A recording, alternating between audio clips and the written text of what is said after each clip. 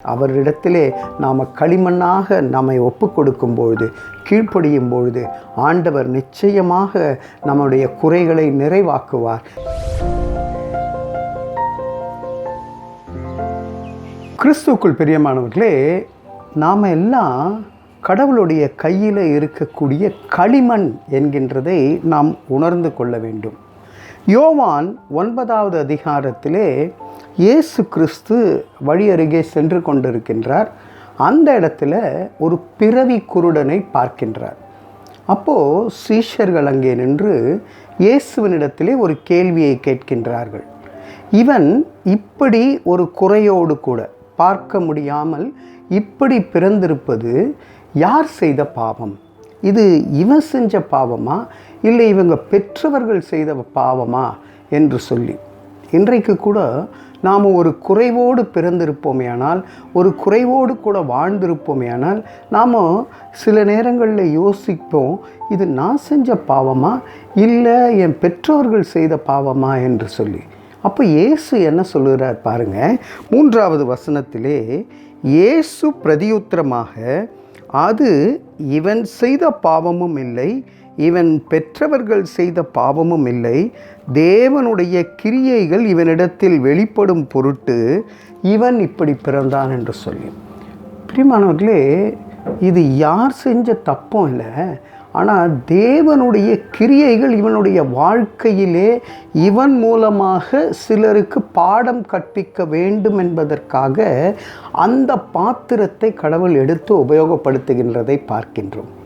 அப்படி தான் நம்முடைய வாழ்க்கையிலும் கூட பிரியமானவர்களே, ஒரு குறைவு ஏற்படும் போது மக்கள் நம்மை சுற்றி இருக்கிறவங்கெல்லாம் சொல்லுவாங்க, இது இவன் செஞ்ச பாவம் இல்லை இவங்க பெற்றவங்க செஞ்ச பாவம்னு சொல்லலாம் பிரியமானவர்களே.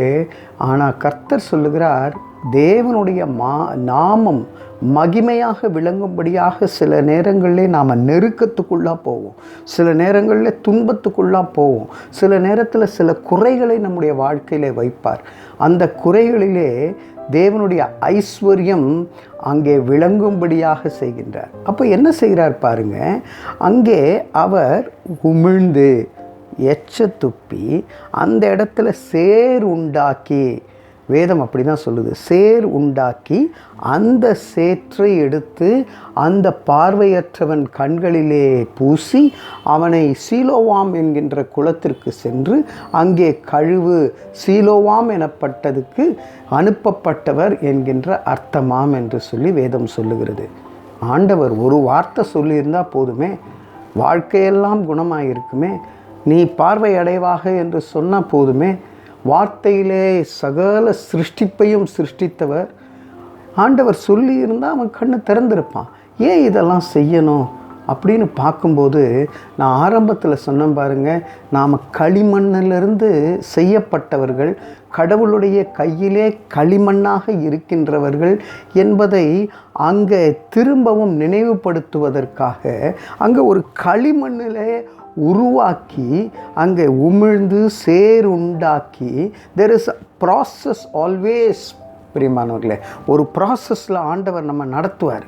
நாம் கொஞ்ச நேரத்தில் அவசரப்படுவோம், ஆண்டவரே ஒரு வார்த்தை சொல்லுங்கள் ஆண்டவரேன்னு. நம்ம ஃபாஸ்ட் ஃபுட் டெலிவரி பண்ணுற மாதிரி சில நேரங்களில் கடவுளை நாம் ட்ரீட் பண்ணுவோம். ஆனால் ஆண்டவர் நமக்கு ஒரு ப்ராசஸில் கொண்டு போவார், நமக்கு சில பாடங்களை கற்பிப்பார். நான் சேர் உண்டாக்கி கண்களில் பூசி நீ போய் சீலோவாம் குளத்தில் கழுவுன்னு. அப்போ அந்த பார்வையற்றவனுக்கு யோசித்து பாருங்கள், அவனுடைய வாழ்க்கை எப்படி இருக்கும்னு. பூசுறவர் யாருன்னு தெரியாது, கேள்விப்பட்டு இருப்பான் இவர் இயேசுன்றவர் அப்படின்னு சொல்லி. இன்றைக்கு நாம் இந்த செய்தியை நாம் படிக்கின்ற காரணத்தினாலே நமக்கு தெரிகின்றது. இப்போது என் பக்கத்தில் ஒருத்தர் துப்பி சேருண்டாக்கி பூசி நீ போய் கழுவுன்னு சொன்னால் நம்ம போவோமா பிரியமானவர்கள்? நாகமான் எவ்வளவா அங்கே கோபிச்சான், ஆனால் அவன் செய்தான். அந்த செய்தது நிமித்தமாக அங்கே அவன் விடுதலை அடைகின்றான்.